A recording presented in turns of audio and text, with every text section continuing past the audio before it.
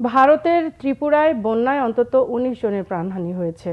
ক্ষতিগ্রস্ত ৭ লক্ষাধিক মানুষ।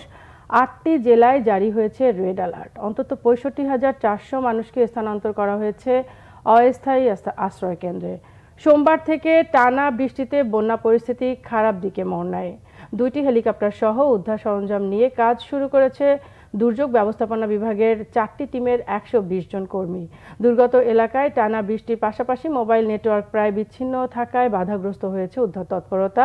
গোমতী, দক্ষিণ ত্রিপুরা, উনাকোটি ও পশ্চিম ত্রিপুরার অবস্থা খুবই নাজুক। খোলা হয়েছে ৪৫০টি রিলিফ ক্যাম্প। দক্ষিণ ত্রিপুরায় বৃহস্পতিবার ভূমিধসে মৃত্যু হয়েছে নারী, শিশুসহ একই পরিবারের ৭ জনের।